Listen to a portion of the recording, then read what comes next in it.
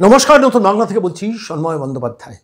25,753 জনের চলে যাওয়া চাকরি নিয়ে যেসব শিক্ষকরা এই মুহূর্তে বিকাশ ভবনের সামনে টানা লাগাতার 13 দিন বসে রয়েছেন, তাঁদের সঙ্গে কিন্তু প্রতারণা অব্যাহত। সেই নেতাজি স্টেডিয়ামে যেদিনকে মমতা বন্দ্যোপাধ্যায় ডেকেছিলেন, সেদিন থেকে প্রতারণার একটা পর্ব শুরু হয়েছিল। ডিপ্রাইভ টিচার্স অ্যাসোসিয়েশন সংগঠনটা করিয়ে বুকে ব্যাজ ঝুলিয়ে বসিয়ে দেওয়া হয়েছিল ওয়েব কুপার সদস্যদের, বসিয়ে দেওয়া হয়েছিল বিভিন্ন সিভিক ভলেন্টিয়ারদের, বসিয়ে দেওয়া হয়েছিল তৃণমূল করেন এমন বিভিন্ন লোকজনকে বিভিন্ন জায়গা থেকে জোগাড় করে, অর্থাৎ মমতা বন্দ্যোপাধ্যায়ের মুখের উপর কেউ প্রশ্ন করলে যাতে সঙ্গে সঙ্গে তারা কাউন্টার অ্যাটাকটা করতে পারেন, যারা শিক্ষক নন, যারা চাকরি হারাননি। অর্থাৎ শিক্ষকদের সঙ্গে প্রতারণা অব্যাহত রয়েছে এই মুহূর্তে। আমি আজকে একটা ছোট্ট ভিডিও নিয়ে এসেছি, যে ভিডিওটা শোনাবো, যারা অডিও বক্তব্যটা শোনাবো শিক্ষামন্ত্রী ব্রাত্য বসু, শুনলে আপনারা চমকে যাবেন। দেখুন, পরিষ্কারভাবে বলছি, শিক্ষকরা রাস্তায় বসে কেন, শিক্ষকদের সঙ্গে এই স্টেজে কী প্রতারণাটা করা হয়েছে। প্রতারণাটা করা হচ্ছে যে রিভিউ পিটিশন যেটা সুপ্রিম কোর্টে ফাইল করা হয়েছে, শিক্ষকরা চেয়েছিলেন তাদের সঙ্গে একটা আলোচনা করা হোক। আলোচনা করে রিভিউ পিটিশনে জমা দেওয়ার আগে শিক্ষকদের কগনিজেন্স নিয়ে, অর্থাৎ তাদের সঙ্গে নিয়ে, তাদের সঙ্গে আলোচনা করে তার ভিত্তিতে রিভিউ পিটিশনটা শেষ পর্যন্ত জমা দেওয়া হোক। দেখুন, রিভিউ পিটিশনের সম্ভাবনা খুব ক্ষীণতর, অত্যন্ত ক্ষীণতর মাপকাঠি বলেছেন অভিষেক মনু সিংভি। ফলত স্বাভাবিকভাবে সেইখানে রিভিউ পিটিশন জাজ হওয়াটা খুব ডিফিকাল্ট। কিন্তু এরাজ্যের সরকার এই স্টেজেও কীভাবে প্রতারণাটা নিয়ে এলো, সেই প্রতারণার একটা অঙ্গ হচ্ছে রিভিউ পিটিশনটা শিক্ষকদের দেখালো না। কেন দেখালেন না? কিসের জন্য দেখালেন না? মধ্যশিক্ষা পর্ষদকে দিয়ে একটা ললিপপ ধরানোর জন্য 31শে ডিসেম্বর পর্যন্ত তাদের শিক্ষকতার চাকরি বাঁচাতে গিয়ে শেষ পর্যন্ত মধ্যশিক্ষা পর্ষদ, স্কুল সার্ভিস কমিশন, রাজ্য সরকার সবাই কিন্তু কনসেন্ট দিয়ে এলো 31শে মের মধ্যে আমরা বিজ্ঞাপন বার করব, তার হলফনামা কোর্টে জমা দেবো। ওটা দরকার ছিল না কোনো। সরাসরি যদি রিভিউ পিটিশনটা 23শে এপ্রিল রায় বেরোনোর পর যদি 15 তারিখ, 20 তারিখ, 25 তারিখের মধ্যে রিভিউ পিটিশনটা জমা দেওয়া হতো, এতদিনে তো বিচার্য হয়ে যেত। সেখানেও খেলা হলো যে সঞ্জীব খান্নাকে এড়াতে গিয়ে যে সামনে গরমের ছুটি পড়ে গেল, সামনের সপ্তাহে গরমের ছুটি পড়ে যাচ্ছে সুপ্রিম কোর্টে। গরমের ছুটি ভ্যাকেশন বেঞ্চে কি রিভিউ পিটিশন হয়, জাজড হয়? আমার মনে হয় না। আমি আইনজীবীদের সঙ্গে কথা বলেছি, তারা বলেছেন যে এটা সম্ভাবনা খুব কম। এবার কে নতুন প্রধান বিচারপতি এসছেন, কার বেঞ্চে অ্যাসাইন্ড হবে? আমি গতকাল দেখছিলাম প্রধান বিচারপতি রয়েছেন মুম্বাইয়ে।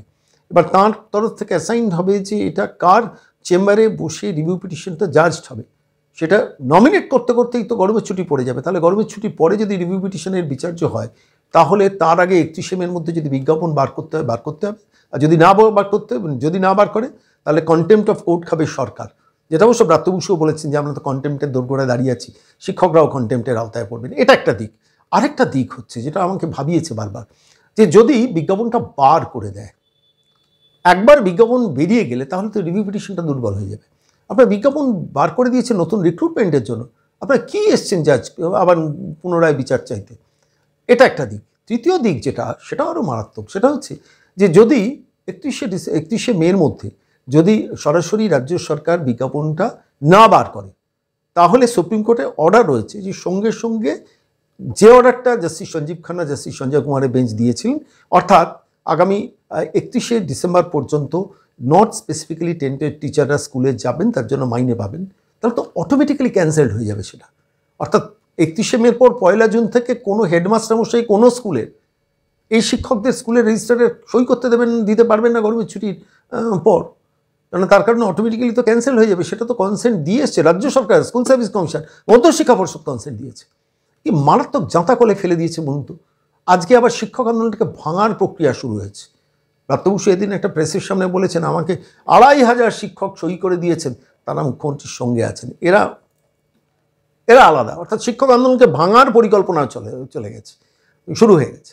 যাদের পুলিশের চিঠি ধরানো হয়েছে, আমি খোঁজ নিচ্ছিলাম, আমি নিরন্তর খোঁজ রাখি, তাই বলছি, আমরা দেখছিলাম মুখগুলো যারা কথা বলছেন, তাদের মধ্যে একজনকে বিশেষ করে তাকে ইতিমধ্যে সরকার ট্যাপ করে নিয়েছে। তিনি খুব কথা বলছেন সংবাদ মাধ্যমের সামনে এখন, তাকে ইতিমধ্যে সরকার কিন্তু ট্যাপ করে নিয়েছে, মানে অর্থাৎ তার সঙ্গে যোগাযোগ এস্টাবলিশ করে নিয়েছেন এবং এখন গল্প ঘোরানোর চেষ্টা হচ্ছে, অর্থাৎ আন্দোলনটাকে ভাঙার খেলাটা শুরু হচ্ছে।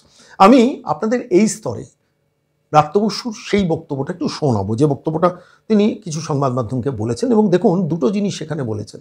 একটা হচ্ছে যে আমরা তো কাউকে অযোগ্য বলিনি, সুপ্রিম কোর্টে গিয়ে বলছেন এই 6500 অযোগ্য স্কুল সার্ভিস কমিশন, আবার ব্রাত্য বসু এখানে বলছেন আমরা তো কাউকে অযোগ্য বলিনি।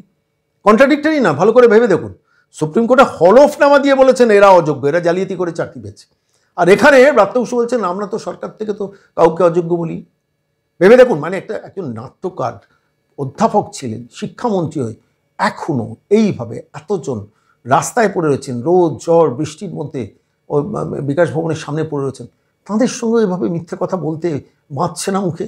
আসলে মমতা বন্দ্যোপাধ্যায় প্রশাসনে থাকলে এটাই বৈশিষ্ট্য, যে মিথ্যে কথা বলতে কোনো লজ্জা বোধ লাগে না, যেটা ব্রাত্য বসুরও নেই। আমি একটু ছোট্ট টুকরো অডিওটা ব্রাত্য বসু যেটা বলেছেন সেটা আপনাদের এই মুহূর্তে শোনাবো। তাদের সদিচ্ছার উপরে আস্থা রাখবো। আমি বলবো এসএসসি এই সময় অবরোধ করে বা বিকাশ ভবন অবরোধ করে এটা কোনো কার্যকরী কথা নয়, এটা কোনো কাজের কথা নয়। সরকারি যারা আধিকারিক, সরকারি এসএসসির যারা আধিকারিক, বোর্ডের যারা আধিকারিক, তাদের কাজ করতে দেওয়া হোক। তারা কাজ না করলে আখেরে কন্টেম্প্ট অফ কোর্ট যদি হতে হয়, মাথায় রাখতে হবে সেটা কেবলমাত্র সরকার হবে না, তারাও হবেন। সেটা তাদের ভবিষ্যতের জন্য খুব একটা সমীচীন এবং বাঞ্ছনীয় নয়। সেটা হচ্ছে যে এইখানে বিকাশ ভবনের সামনে যে মুখগুলোকে দেখা যাচ্ছে, এই মুখগুলোই একদিন নেতাজির চৌধুরী আমি আপনাদের সভা মঞ্চে তারা বক্তব্য রেখেছিলেন, আবার এই মুখগুলোই আপনার সঙ্গে মিটিং এর পরে বেরিয়ে এসে বলেছিলেন তারা সন্তুষ্ট হলেও সেই মুখে, কিন্তু সেই মুখে আবার তারা আজকে আন্দোলন। আরে সেটা তো আপনার দেখুন, এবার আপনারই প্রশ্ন, এটা হয়তো আপনার চ্যানেলের ন্যারেটিভ, পার্শ্ববর্তী অন্য কোনো চ্যানেলে হয়তো ন্যারেটিভ হচ্ছে, সেগুলো তারা সন্তুষ্ট ছিলেন না, আজকেও তারা সন্তুষ্ট নয়। আবার অন্য কোনো চ্যানেলের হয়তো ন্যারেটিভ যে তারা সেদিন সন্তুষ্ট ছিলেন, কোনো একটা বিচ্ছিন্নতাকামী শক্তি তাদের বাধা দেওয়ার চেষ্টা করছে। এই যে একাধিক চ্যানেলের একাধিক ন্যারেটিভ, সেটার মধ্যে ঢুকে আমি কিছু করতে পারবো না। আমি যারা আমাকে চিঠিতে জানাচ্ছেন যে আমরা মুখ্যমন্ত্রীকে ভরসা রাখতে চাই, আমি তাদেরকেই বিশ্বাস করি। যারা ধরুন এখনো পর্যন্ত সম্মত হচ্ছেন না, যারা আন্দোলনটা চালিয়ে যাচ্ছেন, সেক্ষেত্রে মানে সমাধানটা আপনি বলছেন যে আপনারা আলোচনায় বসার জন্য, সেক্ষেত্রে আলোচনাটা কিভাবে হবে বা কি আলোচনা যা হওয়ার হয়ে গেছে, আলোচনার নতুন কোনো মানে এরা যারা বসে আছে তাদের ক্ষেত্রে কি বার্তা দেবেন? তাদের ক্ষেত্রে আমি বার্তা দেবো এটাই যে আপনারা, আমরা যে আইনি লড়াই লড়ছি সেটার জন্য অপেক্ষা করুন।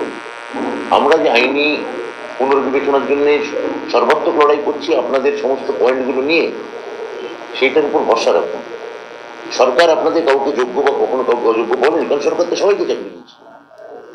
সরকার কাউকে যোগ্য বা অযোগ্য বলেনি, ভালো করে ভেবে দেখুন। সুপ্রিম কোর্টে গিয়ে হলফনামা দিয়ে বলেছেন এরা অযোগ্য, ভালো করে ভেবে দেখুন। এবারও স্কুলে যাদের পাঠালেন না তাদের তো অযোগ্য বলে সরকার মেনে নিয়েছে। আবার এর মধ্যে আরও একটা মারাত্মক কাণ্ড করছি, সেই তালিকা আমার কাছে আছে। এই যে দফায় দফায় আবার তালিকা পাঠানো হচ্ছে না ডিআই অফিসে, একে ঢোকানো হোক, ওকে দেওয়া হোক, তার একটা তালিকা আমি হাতে পেয়েছি। আমি সেটা ইচ্ছে করি আপনাদের সামনে সারফেসে আনছি, আছে আমি রেখে দিয়েছি।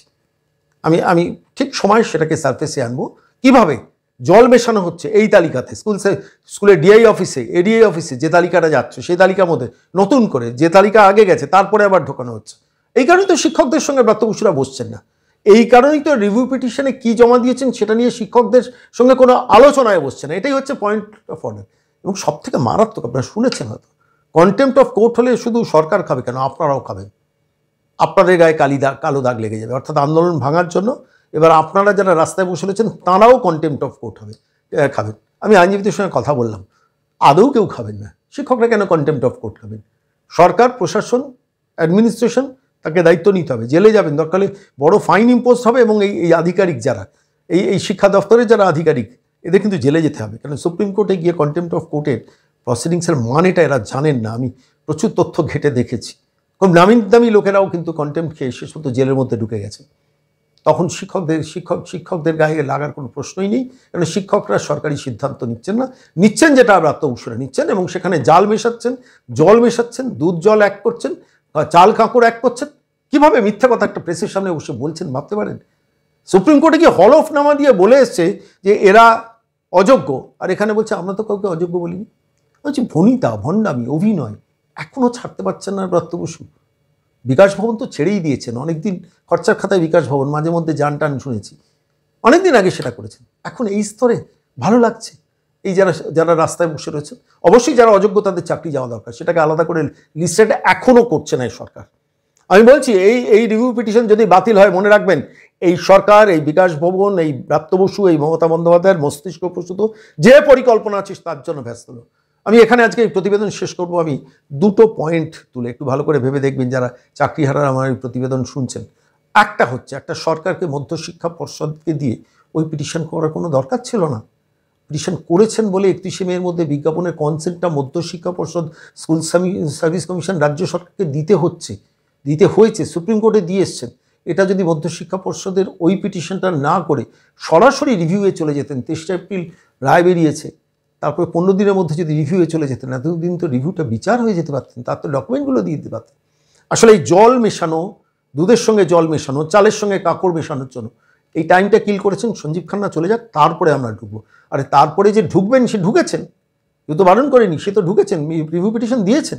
কিন্তু সেই শুনানি যদি 31 মের মধ্যে না হয়, এর মধ্যে তো গরমের ছুটি পড়ে যাচ্ছে, তখন কি করবেন?